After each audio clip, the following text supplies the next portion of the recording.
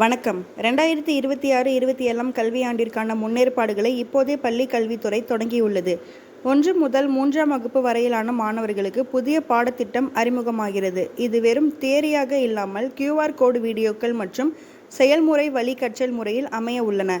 இதற்கான மே மாத கோடை விடுமுறையில் தொடக்கப்பள்ளி ஆசிரியர்களுக்கு சிறப்பு பயிற்சிகள் வழங்கப்பட உள்ளன. தற்போது ஆசிரியர்கள் மத்தியில் இருக்கும் மிகப்பெரிய கவலை ஏப்ரல் மாத வேலை நாட்கள் தான். ஏப்ரல் 16 தேர்வுகள் முடிகின்றன. ஆனால் ஏப்ரல் 24 வரை பள்ளிகள் இயங்கும் என அறிவிக்கப்பட்டுள்ளது. ஏப்ரல் 23 தேர்தல் நடைபெற உள்ளதால் 80% ஆசிரியர்கள் தேர்தல் பணியில் ஈடுபட உள்ளனர். தேர்தல் பணிக்கு நடுவே மாணவர் சேர்க்கை மற்றும் தேர்வு முடிவுகளை எப்படி தயாரிப்பது என்பதில் தெளிவான வழிகாட்டுதல் இல்லை. இது குறித்து அரசு விரைந்து முடிவெடுக்க ஆசிரியர்கள் கோரிக்கை விடுத்துள்ளனர். கட்டாய கல்வி உரிமை சட்டத்தின்படி அனைத்து ஆசிரியர்களும் டெட் தேர்வில் தேர்ச்சி பெற்றிருக்க வேண்டும் என உச்சநீதிமன்றம் உத்தரவிட்டுள்ளது.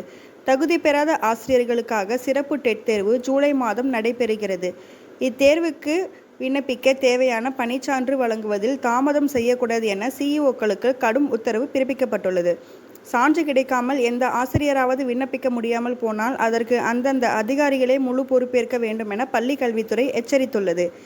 நீண்ட நாள் கோரிக்கையான பே மேட்ரிக்ஸ் சிக்கலுக்கு தீர்வு காணும் பணிகள் தொடங்கியுள்ளன. சில ஆசிரியர்களுக்கு பே மேட்ரிக்ஸில் லெவல் முடிவடைந்ததால் அடுத்த ஆண்டு ஊதிய உயர்வு பெறுவதில் சிக்கல் நீடிக்கிறது. தற்போது பாதிக்கப்பட்ட ஆசிரியர்களின் எண்ணிக்கை, பணிப்பதிவு மற்றும் ஊதிய விவரங்களை சமர்ப்பிக்க மாவட்ட கல்வி அலுவலர்களுக்கு உத்தரவிடப்பட்டுள்ளது. இதன் மூலம் விரைவில் ஊதிய உயர்வு சிக்கல் தீரும் என எதிர்பார்க்கப்படுகிறது. தற்போது நடைபெற்று வரும் 10 மற்றும் 12ஆம் வகுப்பு பொதுத் தேர்வு விடைத்தாள் திருத்தும் பணியில் ஊதிய வித்தியாசம் குறித்து ஆசிரியர் சங்கம் அதிருப்தி தெரிவித்துள்ளனர்.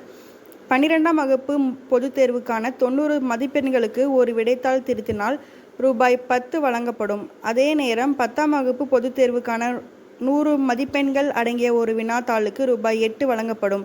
இது தற்போது சர்ச்சையை ஏற்படுத்தி உள்ளது. அதிக மதிப்பெண்களுக்கு விடைத்தாள் திருத்தும் 10ஆம் வகுப்பு ஆசிரியர்களுக்கு குறைவான ஊதியம் வழங்குவது நியாயமற்றது என்றும் இதை சமமாக உயர்த்தி வழங்க வேண்டும் என்றும் கோரிக்கை வலுந்துள்ளது.